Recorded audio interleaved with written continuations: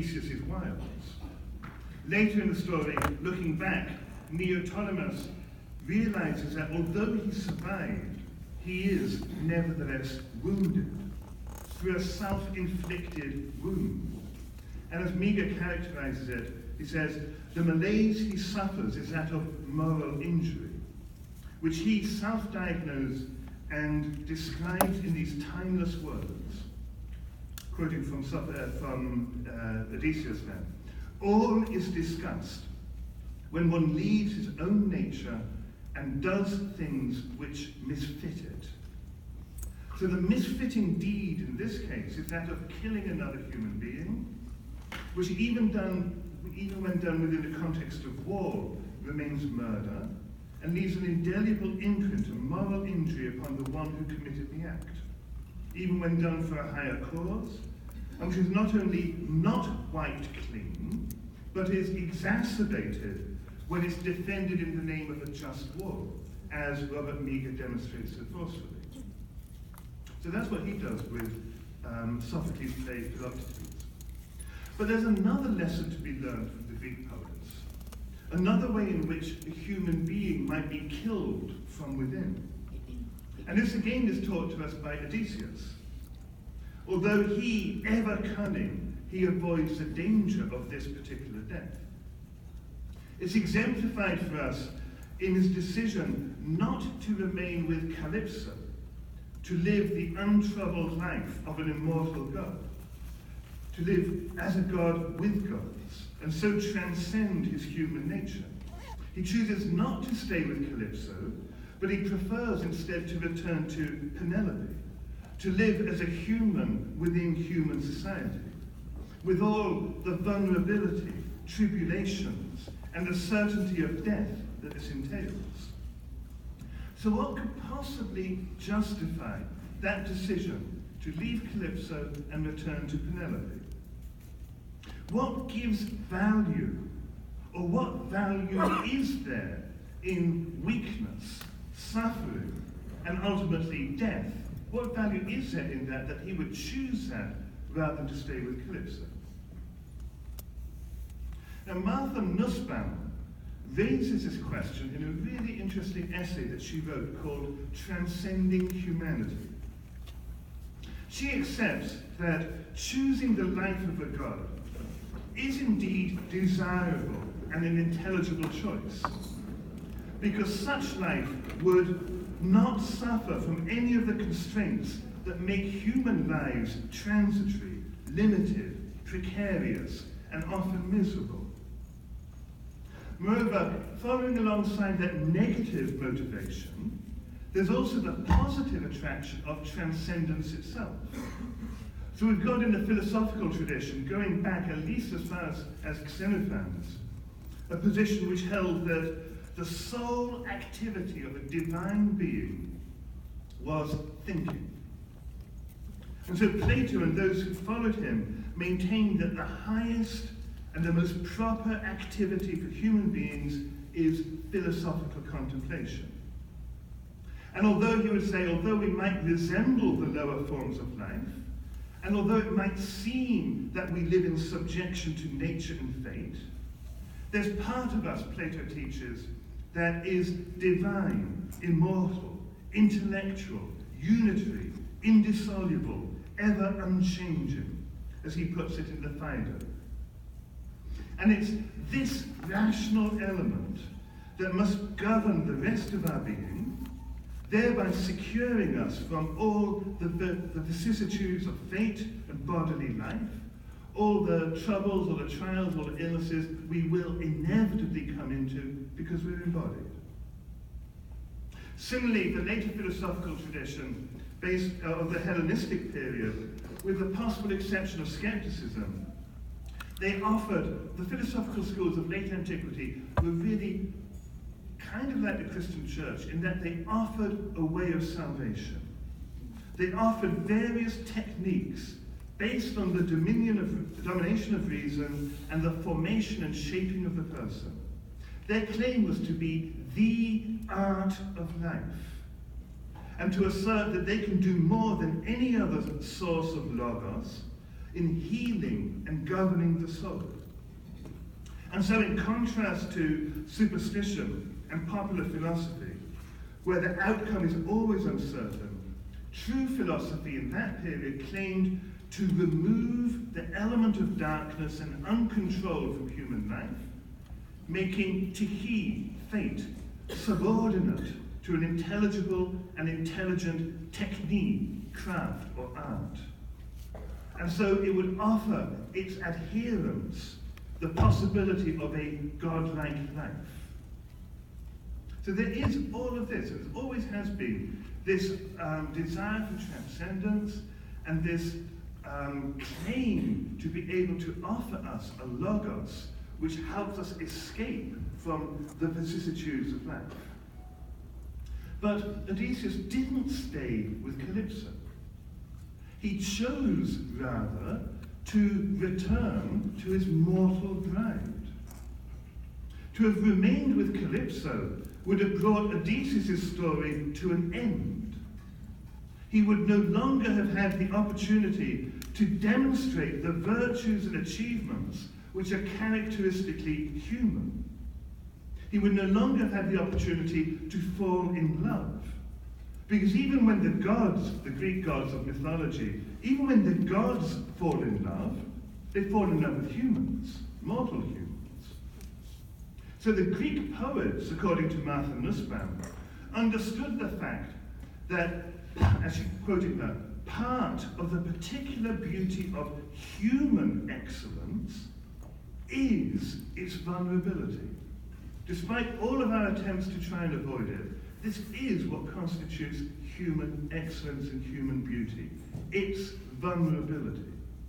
Human beings are not gods, neither the transcendently anthropomorphized Olympians, nor the purely intellectual divinity of the philosophical tradition. And accordingly, the good life for a human being is not the immortal life of the Olympians, nor one of contemplation. Contemplation is an acceptable activity when subordinated to specifically human ends. Rather, the goal of a human life is one that recognizes and accepts the full range of human values. And Martha Nussbaum, in following this out, finds such a position most fully elaborated with Aristotle. Aristotle, philosophizing specifically within the confines of the appearances of things, he acknowledged that a central human value, all the central human values such as courage, moderation, generosity, friendship, all the things that we value as humans, can only be found in a life which is subject to risk, need, vulnerability, and limitation. And so as Martha Nussbaum puts it, she says, the nature and their goodness are constituted by the fragility of human life. Now, although her work is not concerned with Christian theology, the centrality of this insight is in fact central to Christianity. And it's a point which is recognized in passing by Martha Nussbaum. She makes this comment just towards the end of the article. She says, for Christianity seems to grant that in order to imagine a God who is truly superior, truly worthy of worship, truly and fully just, we must imagine a God who is human as well as divine. A God who has actually lived out the non-transcendent life and understands it in the only way that it can be understood, by suffering and death.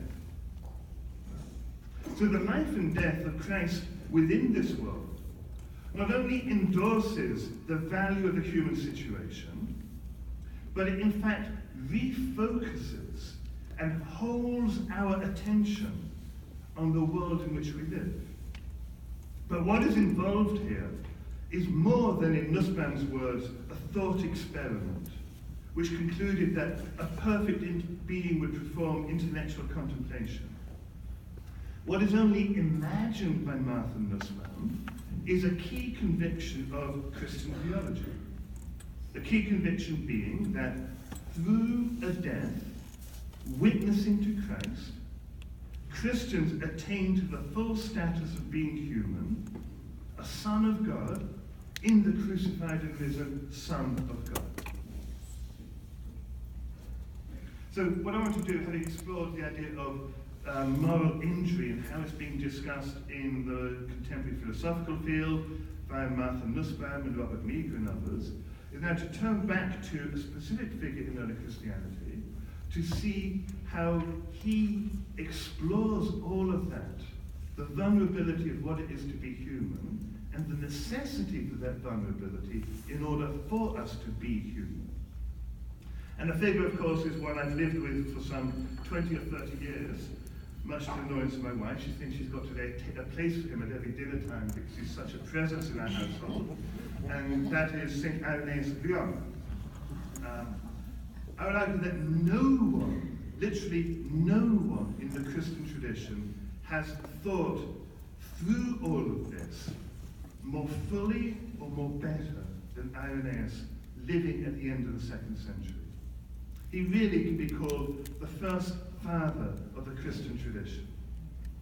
He was living in an age of martyrdom rather than the supposed peace of a Christian imperial epoch with all the compromises that Christendom entails. Robert Meagher, in his book on moral injury, demonstrates that a state always operates with a view to its own interests, even when it justifies those interests in theological terms. We're doing this as a just war for the good of the country, for the glory of God, and so on. Irenaeus was a witness to the martyrs, understanding their suffering and their death within the broad sweep of the economy of God, which he, for the first time in the history of Christian theology, unfolds from the beginning to the end, from creation to the eschaton, as a single movement, embracing both creation and salvation together.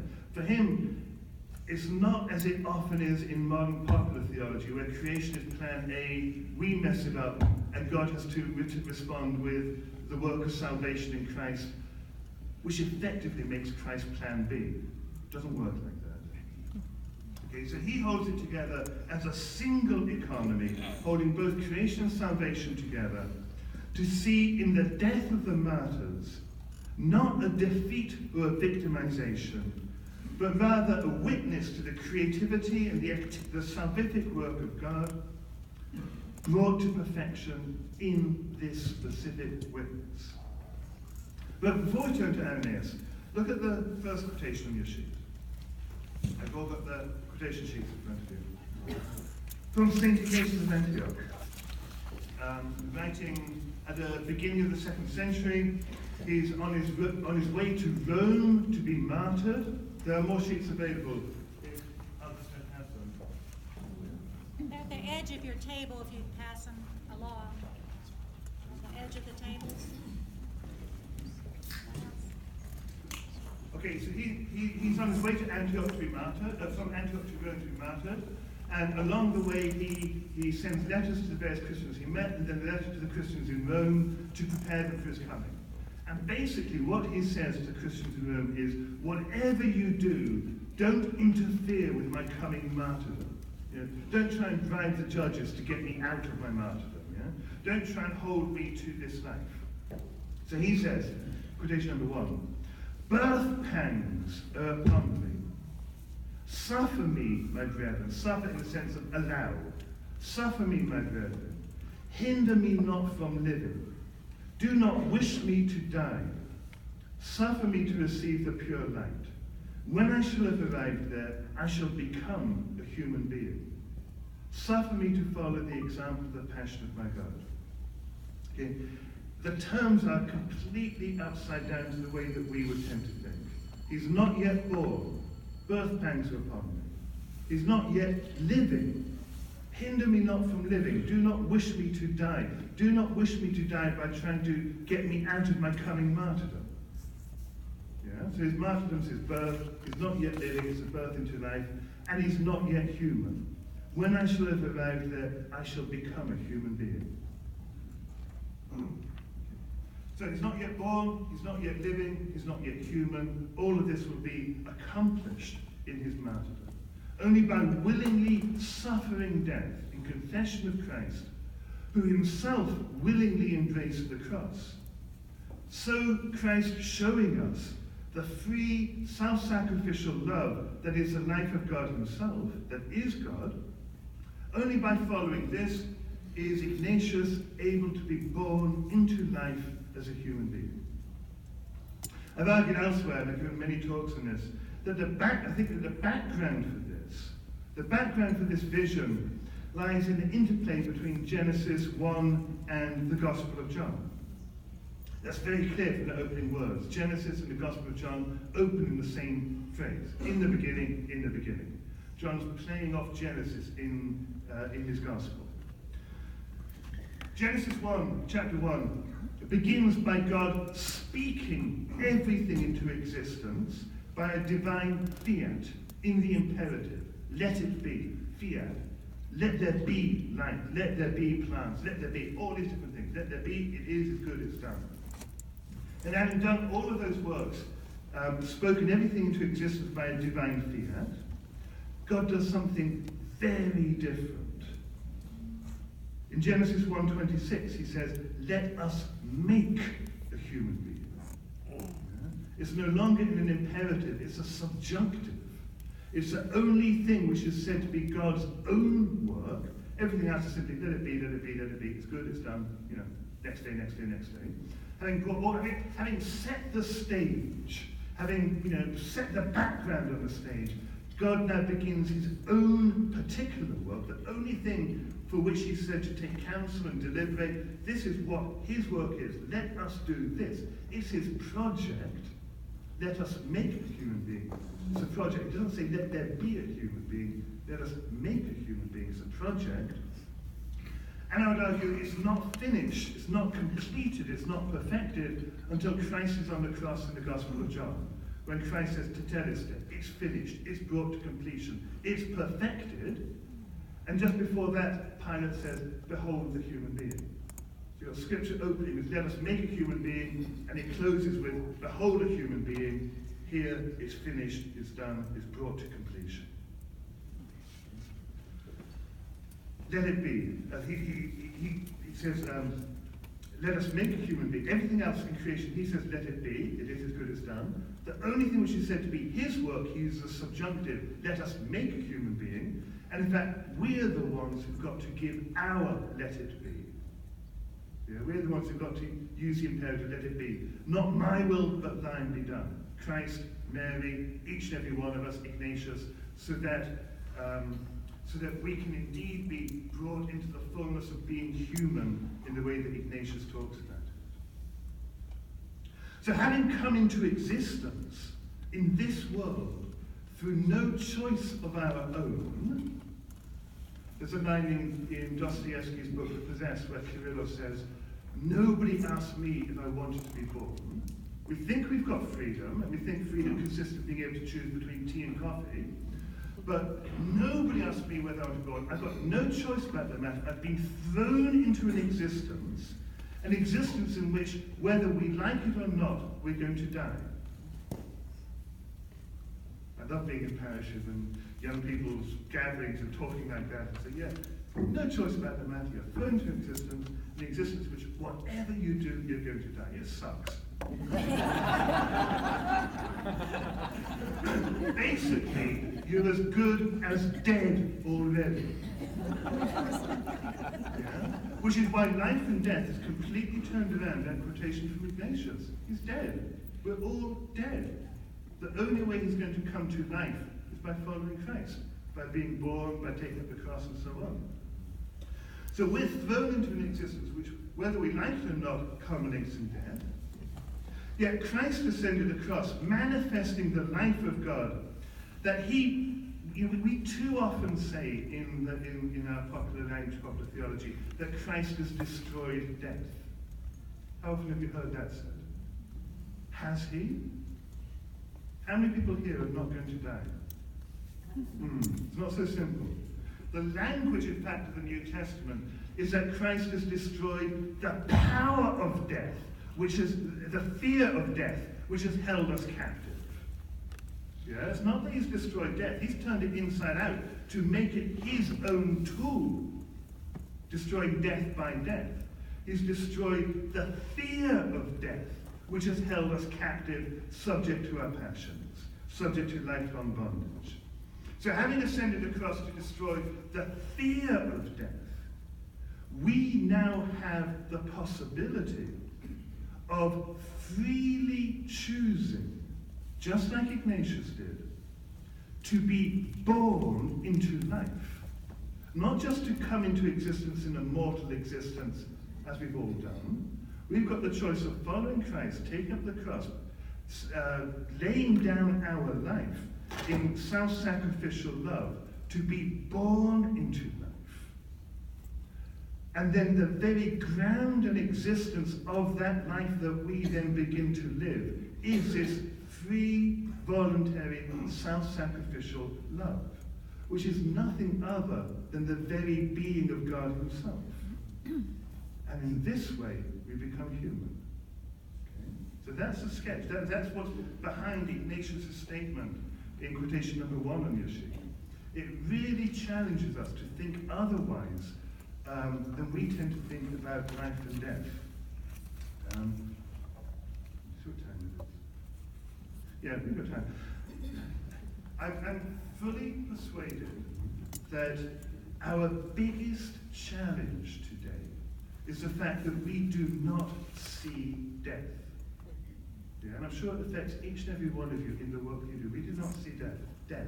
But what I mean by that is that until the middle of the 20th century, early part of the 20th century, everybody would have had at least one sibling die during their childhood. Everybody would have had one parent die before they reached adulthood. But the short childhood, if you said, obviously. And they would have died at home. You had been with them as they were dying for the weeks or the month that they lay up to it. You had been with them with your friends and neighbors visiting daily or however often they could. You had been with them, mopping their brows, literally being with them, and then as they died, gathered around them in prayer.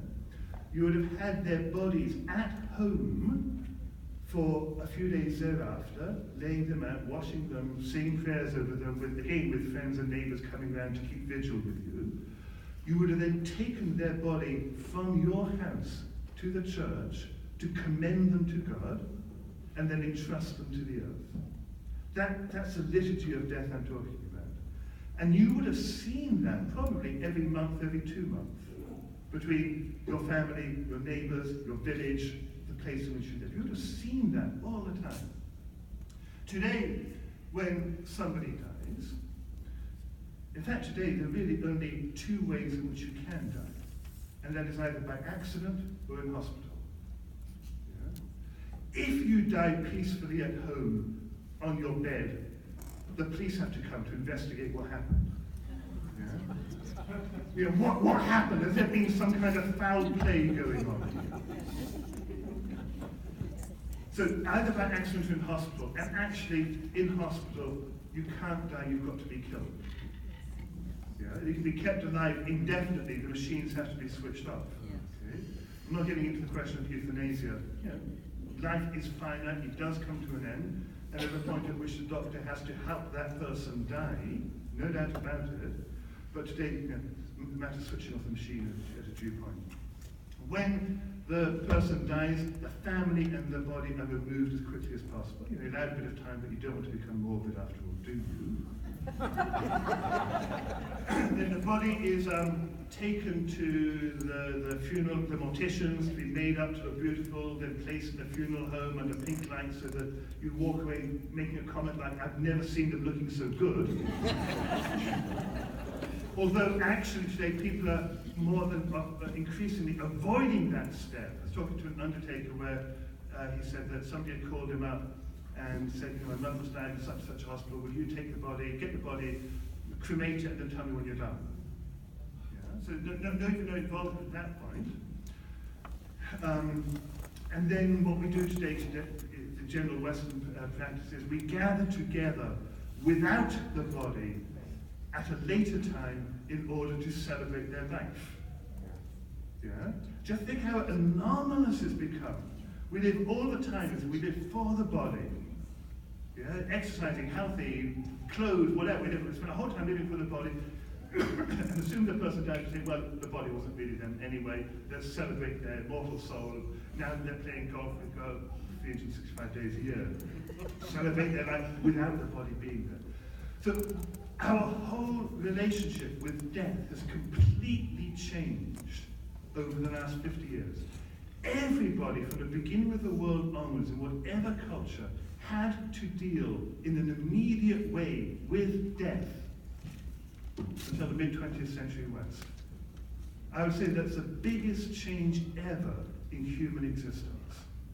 Forget electricity, forget the web, forget whatever. That's the biggest change ever in terms of human existence. And the significance of it is that if Christ has showed us what it is to be God in the way he dies as a human being, trampling down death by death, if he shows us what it is to be God in the way he dies as a human being, if we don't see death today, we've got no way of seeing God. Direct equation. Yeah? So our problem today is not secularism, postmodernism, consumerism, whatever. All of those come out of the fact that we don't see death. If you don't see death, you've got no horizon for knowing that your life is finite, no horizon for knowing transcendence. You come to think that, in fact, what we've got now is life. So when Christ says, I've come that you might have life and have it in abundance, he said, oh, great, let me have some more of what I've already got. Let me live life to my fullest. You know, all the kind of sayings that we've got in 20th century, 21st century America. Live life to the fullest, explore the opportunities, and do all those kinds of things. Yeah? All of those are, in fact, a way of holding on to life, trying to preserve it in our own terms. Okay, that was a short excursus. I'll try not to get involved too many of them to go through, otherwise we'll never finish. Those who heard me talking, I can talk for 6 or 12 hours without stopping. Okay, so I'm giving you a sense of the overarching scope of the economy. Let us make a human being, behold, is finished. Yeah? This is not plan B, rectifying a mistake we've made. This is a culmination. This is a perfection. This is what human existence is. A voluntary choice of self-sacrificial love. You can't make creatures already doing that. It wouldn't be voluntary self-sacrificial love. But you can make creatures who choose to do that. Yeah? And so when God says in Genesis 1:26, let us make a human being, that's not in fact what he does. What he does is makes males and females. You know, how male and female relates to being human, that's a whole other topic, and we could spend a whole other day on that, but that's bound up together with it. This is the way in which we come to be human. We don't start off as human, we end up as human. Okay. And the working out of this overarching scope of the economy of God within the framework of the lifespan of each and every one of us is explored really fully in 3 chapters, in a very intriguing way, 3 chapters of Irenaeus' work against the heresies. Book 4, chapter 37 to 39. 37, 38, 39.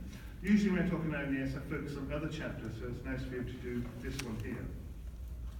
And he starts off these chapters by saying he's going to explore the ancient law of human liberty. That God created human beings having, from the beginning, power over themselves so that they can enter into this. Don't look at the quotations yet until I get to them, otherwise you'll be hearing one thing and looking at another. Now, fundamental to this whole project is that only creatures created with freedom are capable of initiative and response. And only in this way are they capable of changing the mode or the fashion of their existence and growing into the immortality of God. Everything that comes into being passes away. Everything that comes to being dies. Okay? But if you create creatures with freedom who can voluntarily die in an act of self-sacrificial love, the life they begin to live that way cannot be touched by death because they've entered into it through death. Yeah? So by the very mortality now becomes a means of life for those who are able to freely take it up. So freedom is a prerequisite. Freedom and time. Time's hugely significant here. Freedom and time are prerequisites for a creature to change the fashion of their mode of existence and grow to the immortality of God. Irenaeus cites many passages from Scripture to demonstrate the fact that we are free, and then the corresponding responsibility and accountability that goes on with this. If we're created free, then we're called to account. Irenaeus turns to those who would deny this, representing, he claims, the Lord as destitute of power, unable to accomplish what he wills. If God wanted to make human beings, why didn't he do it just then and there? Let there be a human being. Yeah? Why did he make creatures that have to grow into becoming human?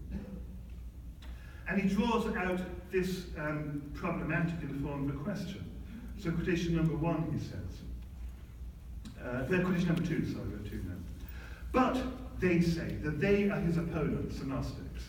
But they say, he should not have created angels such that they were unable to transgress, nor human beings such that they immediately became ungrateful towards him, because they were created rational, capable of examining and judging, and not like the irrational or inanimate creatures, which are not able to do anything of their own will, but are drawn by necessity and forced towards the good, with one inclination and one bearing, unable to deviate and without the power of judging, unable to be anything other than what they're created.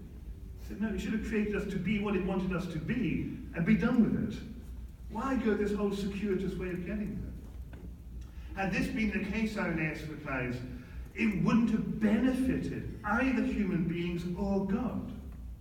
Had communion, life with God, would not have been precious. It would not have been desired. It would not have been sought after if we were created just like that.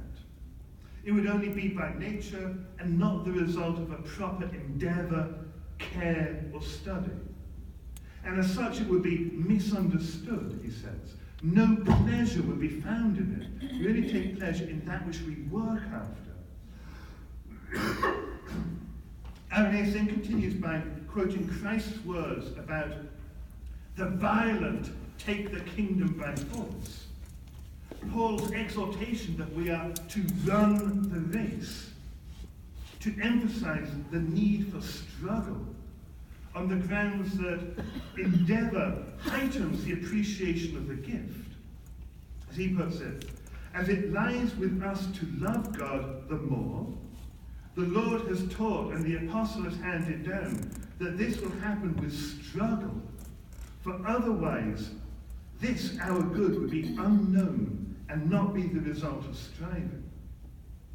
Irenaeus continues by giving an example of this. He says, as a faculty of seeing, sight, is desired more by those who know what it is like to be without sight, so health is desired, prized more by those who know disease, light by contrast with darkness, life by contrast with death. So for Irenaeus, the whole economy, from beginning to end, symbolized by the example of Jonah.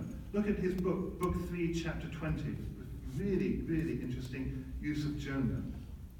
The whole economy has been arranged in such a way to enable human beings to come to know their own weakness. The goal of the whole of the pedagogy of God is that we might know our weakness. Because only having known death will we thereafter hold on to life as a gift.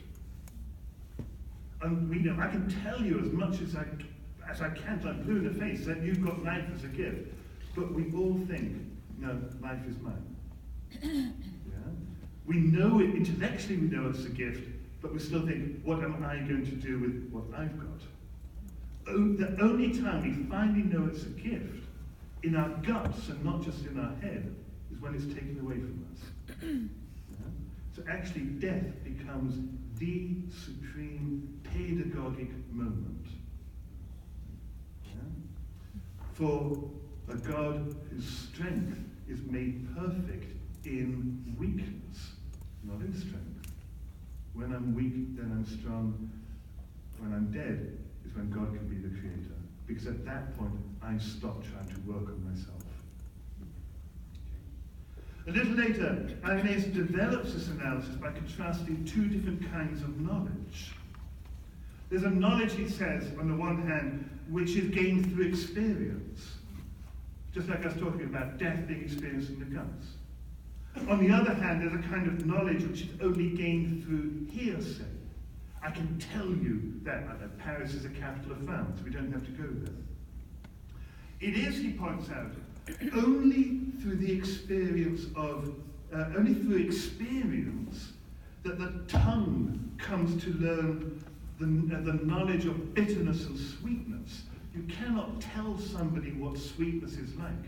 You've got to give them a spoon of honey. Yeah? There's some knowledge which can only be gained by experience. And likewise, he says, it is only through the experience of both good and evil, with the latter being disobedience. Disobedience is what is evil, culminating in death. It's only through the knowledge of good and evil that our mind comes to receive the knowledge of the good, which is obedience to God, which is life for human beings. Only by experiencing both, and then casting off disobedience by repentance, only then does a human being become tenacious in its obedience to God, grow into the fullness of life.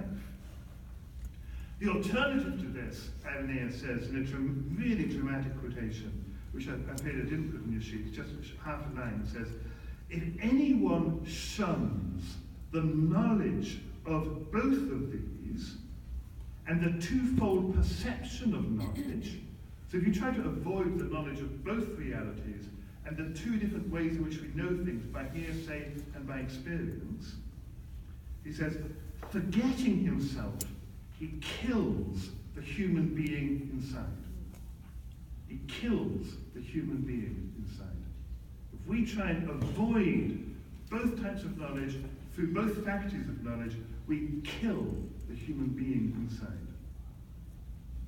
So there is no place in Irenaeus, in his understanding of the economy of God, for, as someone put it, an ethics of preventative abstention. The always mixed character of our life upon earth is intrinsic to the pedagogy by which we are brought through the whole economy to come to be a human being. So we're turning to chapter 37. I'm basically going through these 3 chapters. They're short, they're worth reading. I'm just dissecting them for you, and tracing the argument and commenting on it. So we're turning to 437. Irenaeus continues by saying that therefore the heavenly kingdom will be more precious to those who've known the earthly kingdom. And if they prize it the more, they will also love it the more. And loving it the more, they'll be more glorified by God. And then he concludes his whole argument with quotation number 3. Just read the first paragraph first. He says, God, therefore, has borne all these things for our sake, in order that, having been instructed through all things, we may be scrupulous in all things. And that instructed through all things includes our experience of weakness, frailty, sickness, suffering, finally death. Okay? Henceforth we may be scrupulous in all things.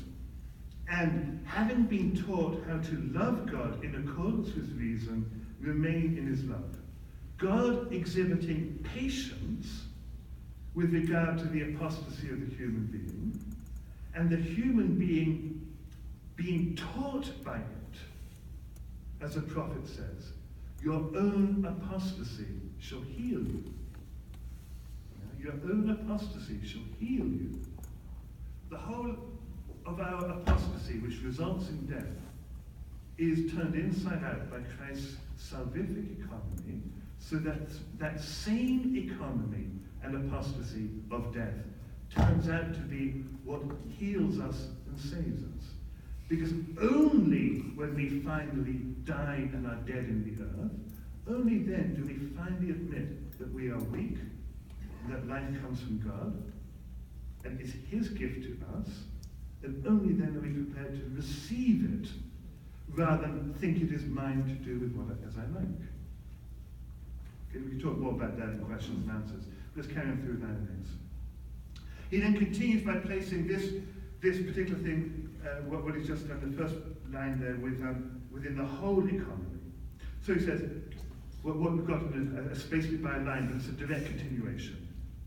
Okay, he says, God thus determining all things beforehand for the perfection of the human being, and towards the realization and manifestation of his economies, that goodness may be displayed and righteousness accomplished, and that the church may be conformed to the image of his Son, and that finally, at the end, not at the beginning, at the end, the human being may be brought to such maturity as to see and comprehend God. So human disobedience, human apostasy, sin, culminating in death, is for Irenaeus inscribed into the very unfolding of the economy. Death results from human action, but it's nevertheless a result which is subsumed and transformed within the larger arc of the economy, as it brings a creature made from mud to share in the very life, glory, and power of the uncreated God, so demonstrating that goodness and righteousness of God, worked out in and through the life of each individual human being, if they respond with faith and thankfulness, the conclusion, as we just saw in that quotation, is also corporate. For in this way, he says, the church is conformed to the image of his Son.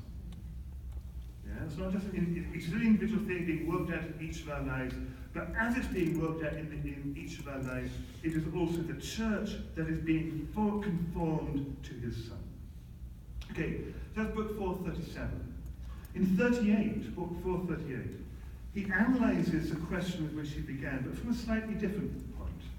In 438, he says, perhaps God could have created the human being perfect, or as God from the beginning, because of course, all things are possible to God. However, he points out, created things, simply by virtue of being created, are infantile compared to the one who created them. They've just come into existence. They're newly existent. So Irenaeus describes Adam and Eve as children in paradise. Okay? They're infantile. And as they're infantile, they are not yet capable of the perfection to which they're called. They are initially infantile. They are unaccustomed, he said, to exercise in perfect virtue. We've got to acquire the virtues. So using another example, he points out that, yes, of course it would be possible for a mother to give her newborn child lumps of well-cooked meat. But it's not going to benefit the child anything. The mother's got to start with milk, and then through gradual development of their nutritional systems and their teeth, for that matter, they can come to enjoy meat. So he says, so also it was possible for God himself to have made the human being perfect from the first, because of course God can do anything, but the human being would not be able to receive it, being as yet an infant. Now this needn't be taken as suggesting that somehow the omnipotence of God is subject to the limitations of the matter he's working on. Just think about it. A newborn child is also often raised up the question of, are we not yet human? You know, surely we're human, not just when we die we're human, but surely. But just think about it. A newborn infant, it may well have perfect limbs, but is completely unable to walk. There's nothing wrong with the limbs, but they've got to be exercised. Yeah? And part of the exercise by which the infant learns how to walk is falling down and getting bruised. He's got a very, very organic understanding of how God's pedagogy works and all this. So also, when we come into this world, we do not immediately manifest virtue. I've never yet met an infant, a newborn infant, that comes out of the room saying, "Mother, you've had a hard time. You take the rest. I'll look after myself." No. Newborn infants tend to come into the world saying, "Pay attention to me. Yeah? Give me food, comfort, nourishment, whatever else it might be." Yeah? Our first breath onwards, what we do with our first breath onwards, individually and from the beginning of time, is we try and preserve our breath. Yeah? We draw it in, we hold on to it and say, "Pay attention to me, give me the food and nourishment that I want." Yeah? We do not come into the world with already exhibiting voluntary self-sacrificial love. No, we come to the world with a stony heart and holding on to our breath. We've got to exercise in virtue, just like we have to physically exercise before we can work. We've got to exercise in virtue before we are able to lay down our life for our neighbour. Yeah? So it's perfectly natural that there's progression in all of this. We'll see Ananias talk about that in just 1 minute. Okay. So by definition, the created being cannot be uncreated. So how can God create beings that will share in his life? You can't create created beings with an uncreated life, by definition. But if you show the uncreated life of God to be voluntary, self-sacrificial love, then created beings can come to enter into that through the acquisition of virtue. Yeah? But that takes time. Okay. It takes time, and in fact there's no end to the process. We never cease becoming uncreated. So look at quotation number 4. This is the way he puts it. I think of a really beautiful style of writing. He says, "By this order and such rhythms," he's got a very musical tonality to his writing and to his thought. "By this order and by such rhythms and such a movement, the created and fashioned human becomes in the image and likeness of the uncreated God." At the end, not at the beginning. "The Father planning everything well and commanding, the Son executing and performing, the Spirit nourishing and increasing, and the human being making progress day by day and ascending towards perfection, that is, approaching the uncreated one. For the uncreated is perfect, and this is God. Now it was necessary for the human being to be created, and having been created, to increase, and having increased, to become an adult, and having become an adult, to multiply." What he's just done there in those couple of verses is really interesting for how we read Genesis. We tend to, God blesses the human beings, Adam and Eve, and says, "Increase and multiply." Yeah? Now we tend to think increase and multiply as synonyms. You know, multiply the human race, increase, and so on. But Ananias reads it as grow up and then multiply. Yeah? It's actually increases in grow in stature, and when you're ready, multiply. So necessary for us to first be created, and then to increase. And when having increased, we become an adult. And when we're adults, we multiply and have children. And after multiplying and having children, we become strong. And having been strengthened, to be glorified, which is death. And having been glorified, to see his master. For God is he who is yet to be seen, and the vision of God produces incorruptibility, and incorruptibility renders one close to God. So such is the rhythm and the movement of human life, which recapitulates the movement of the whole economy. What you see is going on in the whole economy from Adam to Christ is effectively what happens in the lifespan of a human being, yeah? From infancy to completion. We cannot escape its pattern or anticipate its conclusion any more than we can expect a newborn infant to live in an adult manner. So he continues, not on your sheet, we'll come to the other ones in a minute. So he continues, irrational, therefore, in every way, are those who await not the time of increase, and ascribe to God the infirmity of their nature. Wanting to be adult before we're adult. You can't do it both within the span of human lifespan and within the span of the economy as a whole. Those who are irritated because God hasn't made us perfect to begin with, but has made us having to grow through all of this vulnerability and suffering culminating in death, they are projecting onto God their ungratefulness. And he continues, they neither know God nor themselves, being insatiable and ungrateful. They are unwilling to be, he says, they are unwilling to be at the outset what they've been created. Human beings subject to passion. They want to be gods from the beginning, rather than first learning to become human and then throughout death becoming deified. And because they're not willing to escape the pattern of all of this, the timing, the movement, the rhythm of all of this, they blame God and show their ungratefulness for what he's given them. Even though Irenaeus says God has adopted this course out of pure benevolence. Irenaeus continues by citing two psalm verses, two contrasting verses of Psalm 81 to demonstrate the point. Psalm 81 says, I say, you are gods, sons of the Most High. But he says, since we could not sustain the power of this, the psalmist adds, but you shall die like human beings.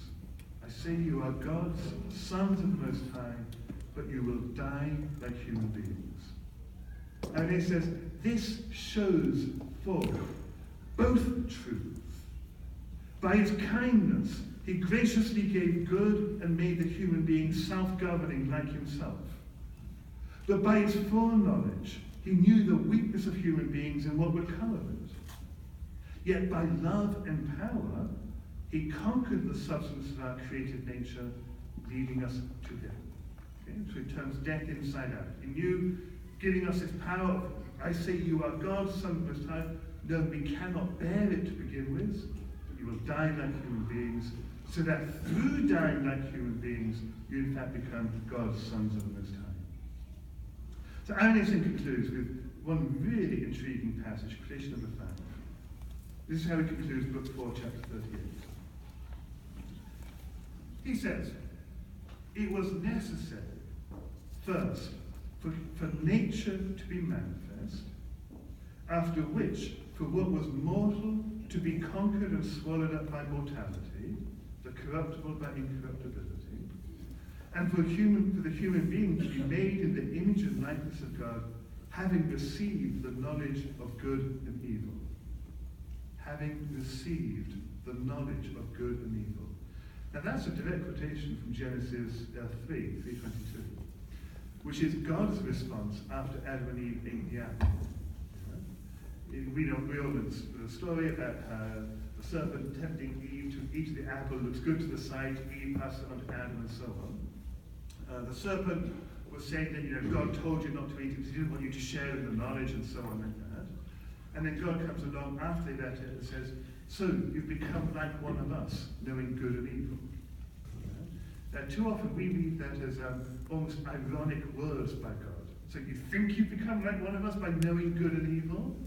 Yeah, as the serpent tempted you, knowledge of good and evil, you become like God. Irenaeus takes it in a straightforward way. This is what God says, you've become like one of us, knowing good and evil. Yeah? Knowing death. The evil is specifically the apostasy which leads to death and so on.